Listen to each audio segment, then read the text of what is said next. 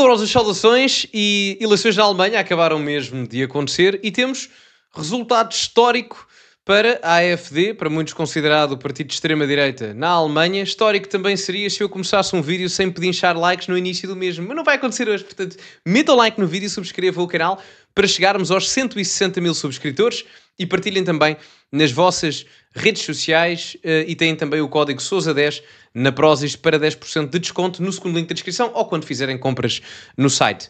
Ora, como eu vos disse, eleições na Alemanha acabaram mesmo de acontecer. Eu estive em live até a acompanhar, mas decidi fazer também um vídeo mais concentrado em termos informativos sobre aquilo que foram os resultados eleitorais e assim até é mais fácil para o entendimento geral da circunstância genérica. Portanto, sem mais demoras, vamos ver declarações de Alice Weidel, de Olaf Scholz e também de Friedrich Merz. Vamos ver. Boa tarde. A Alemanha vai ser governada por um novo partido, é o que indicam as projeções no país. A CDU de Friedrich Merz levou 19,5% dos votos.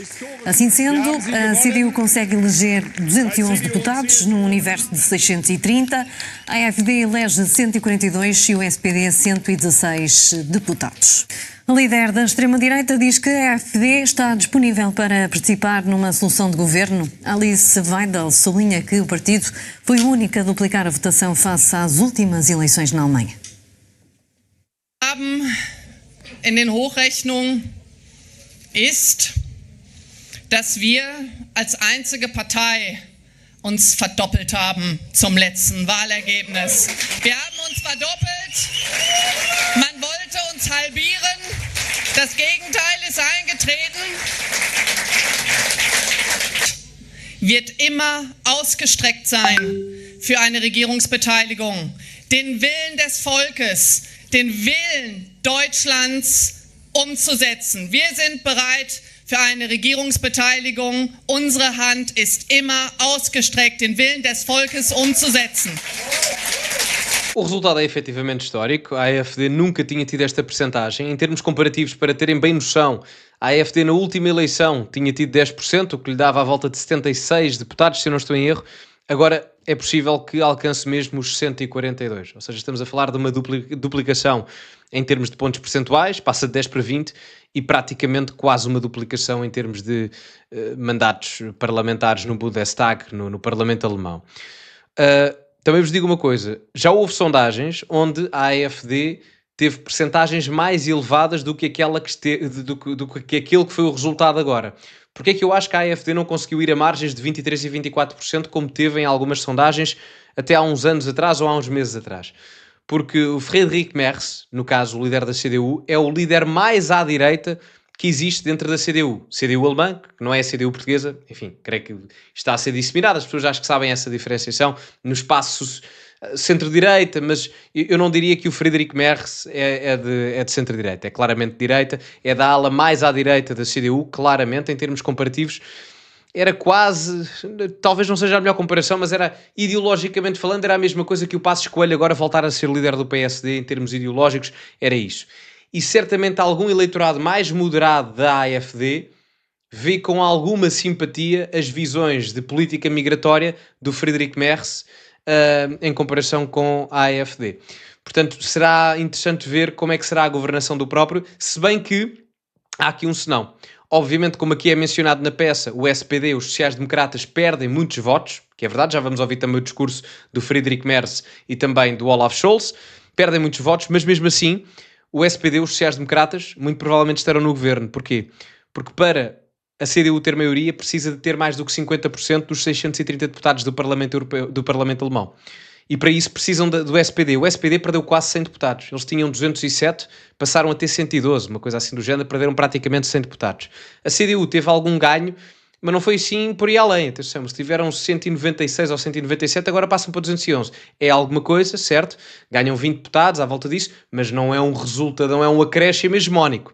Atenção, 20 deputados em 630 de total não é um acréscimo brutal. Acréscimo brutal teve a AfD. Entretanto, a CDU, o Friedrich Merz, não vai fazer qualquer tipo de coligação com a AfD, embora a AfD se mostre disponível para tal, mas na Alemanha há o cordão sanitário ideológico com os partidos da direita radical ou extrema-direita, que não há mesmo até nem governação ou até a nível parlamentar, é mais rígido do que aqui em Portugal. Lembram-se quando o PS chumbava toda e qualquer proposta do Chega? Lá é assim, mas sempre. Sempre. Não chumbando qualquer proposta, mas quando são mais polémicas da questão da imigração e etc., aí há sempre uma barreira de linha vermelha muito mais pesada contra a AfD do que aqui em Portugal já houve ou há com partidos como o Chega. Até porque a AfD também é mais radical ideologicamente do que o Chega. A AfD está um grupo à direita no Parlamento Europeu do que o Chega. Não gosto, não gosto, mas acho que a comparação é feita, obviamente, mas eles são diferentes. O Chega é mais moderado que a AfD. Friedrich Merz pretende negociações rápidas para formar governo. O vencedor diz que vai trabalhar para conseguir uma governação estável. Atenção que este discurso do Friedrich Merz é particular, porque, sabem, na minha opinião, o maior inimigo, entre aspas, do Friedrich Merz nestas eleições não era a AfD, não era o SPD, não era ninguém que estivesse a concorrer nestas eleições. O maior inimigo do Friedrich Merz tem um nome: Angela Merkel. Curiosamente, porque ela foi líder do partido dele durante vários anos. Foi líder, foi chanceler alemã durante 16 anos. E porquê é que eu digo isto? A questão migratória é muito importante na Alemanha neste momento. E a responsável pelo eclodir da questão migratória enquanto problema na Alemanha foi a Angela Merkel, que era líder do partido que ele lidera agora. Ambos faziam partes de alas dentro da CDU, mas de alas diferentes. Enquanto que a Merkel tentou puxar a CDU cada vez mais para o centro, o Friedrich Merz faz exatamente o oposto. Ou seja, a maior preocupação, a meu ver, nesta campanha eleitoral e até agora no outcome que se segue a seguir a estas eleições, é distanciar-se.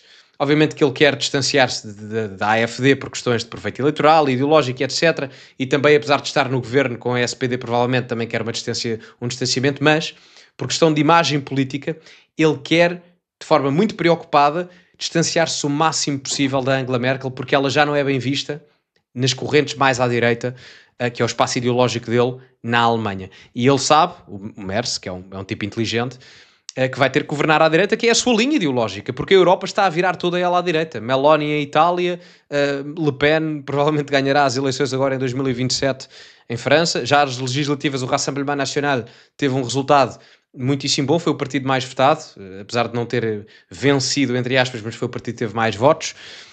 O Chega em Portugal também é um exemplo disso, a Suécia, por exemplo. Portanto, o Trump nos Estados Unidos, o mundo está a virar à direita. Não está a fazer com que a direita se aproxime do centro, e ele sabe disso.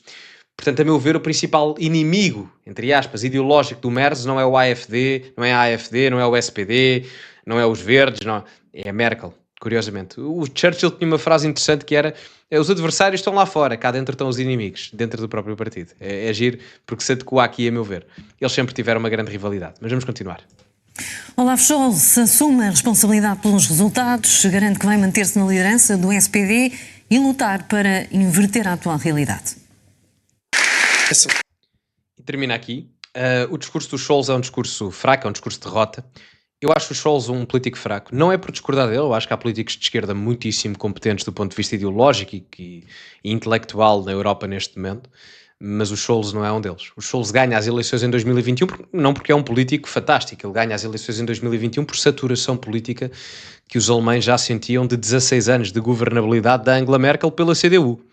É por isso que ele ganha, porque a CDU estava saturada politicamente da imagem mediática de Merkel. Daí eu também dizer agora anteriormente que o Merz, o Friedrich Merz, o líder da CDU, está mais preocupado em distanciar-se da Merkel do que propriamente do Olaf Scholz.